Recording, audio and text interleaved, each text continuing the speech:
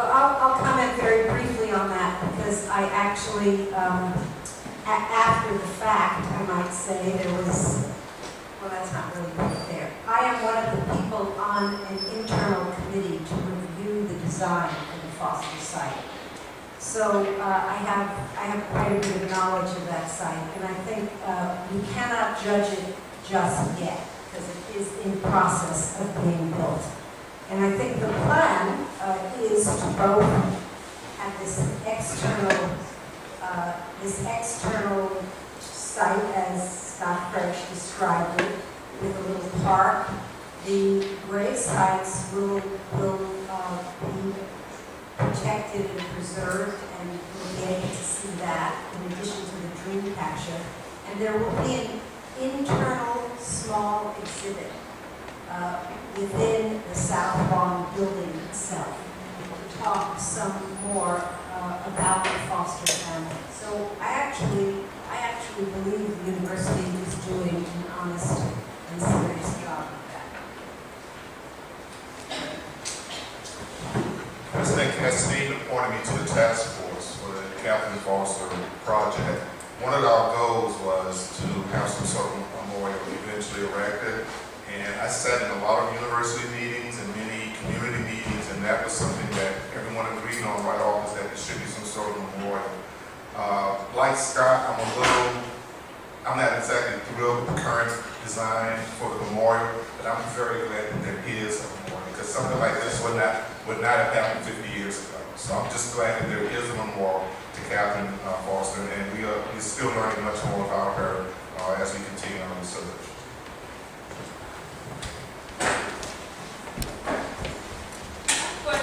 Since we are having a new president coming, President Leffler, do you think it will be possible, or is there interest in creating a report like several years ago the then new president of Brown University did to explore Brown's how they were so invested in slavery? Do you think that they would ever do a parallel thing here? We have to just stick with slavery, but its interaction with African American people, just kind of really go and publish it.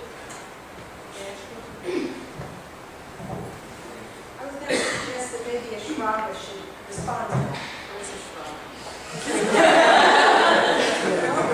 You don't want to talk about UCARE? Not quite yet. We're only talking about that. I would have to say that there are people at the university who are opposed to efforts like this, and some of them are alumni, and some of them have money. So there are people who try to throw their weight around in regards to things like that. I haven't had a recent experience with it, but there was a time in the 80s in which I sat in on meetings talking about things like this, and people would say, well, so-and-so is an alumni, and he'll give us $5 million if we don't do something like that. You know, so there's that group there. There are 3 power bases here at the university, and one of them is the alumni. So that's something that they need to be brought into this process, whatever process we come up with, as far as commemorating the African American experience at the University of Virginia. And I say alumni because as of this year, there's approximately 10,000 to 12,000 black alumni of UVA. So they need to be brought in to whatever process we come up with to help us come up with ways that can properly commemorate the contributions of African Americans here at UVA.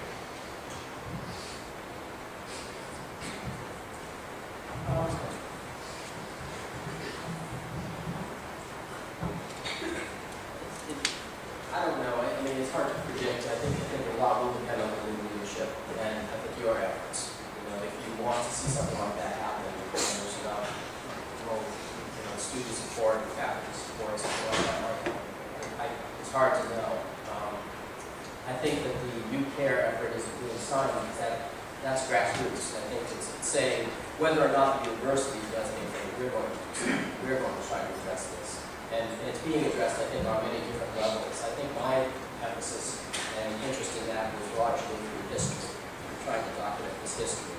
But we can do that with or without the support of the highest administration here. I do think it's important, symbolically, to have that endorsement.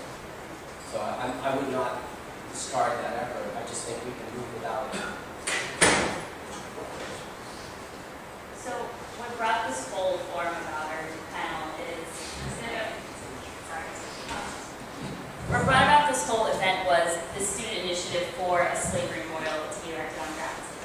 Professor Jordan, you said that history is not, African American history is not for the weak of stomach. How do we reconcile that fact with the, I guess, impulse to commemorate these really important events that happened? Monuments are nice, but it has to be followed after they're erected. The only things that really care about monuments 10, 20 years after they go up are pigeons.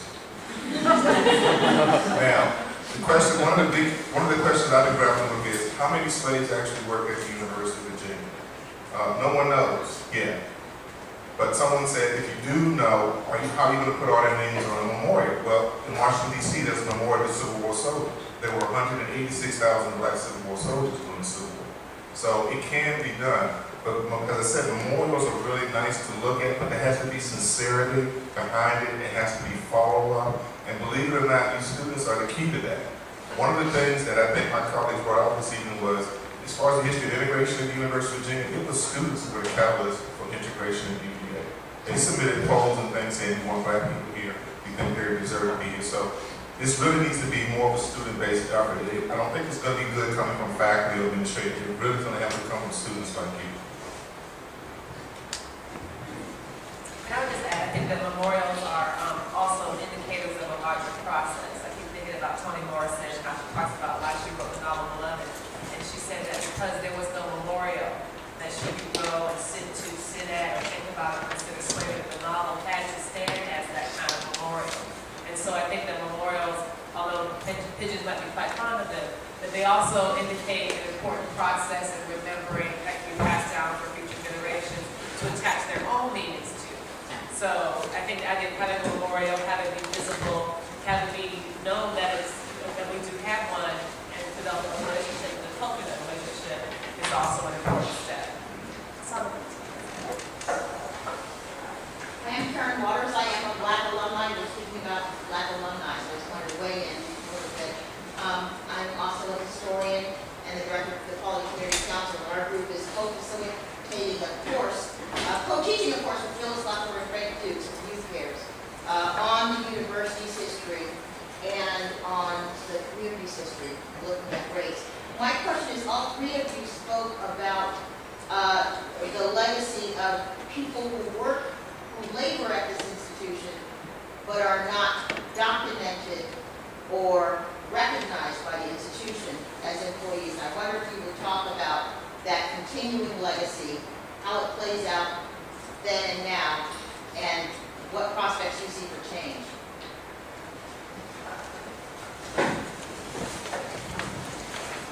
Mr. Waters, I'm going to have to address that in a roundabout way as an archivist. Because at the special collections where I work, I look at records all day long. The records of black laborers at the University of Virginia are, up until the 19th century, a lot of the 19th century, are scattered. A lot of the research is what I call serendipitous research. You turn a page and you go, holy cow, I didn't know that. So this information is not in one package. It's not even in one volume. It's in several volumes. So to find out more about them, someone or someones are going to have to sit down and go through tons of volumes, page by page by page. It can be done, but it requires a serious commitment of time and financial resources to do it. But there are records in the university that identify black laborers. I went there with the per one, and you go and look at the census records for these people, and you look at other sources. These people raised families. They raised families successfully over a period of several generations. So that information is there, but it needs to be pulled together. That's the problem. So I'm not saying that we have it all in a neat little package. We don't. But at special collections, we do have records that are available. In some cases, they've never been even researched. So it's out there, but we need someone needs to go and look at it and then disseminate it. I can't do it by myself. I'm planning on retiring eventually.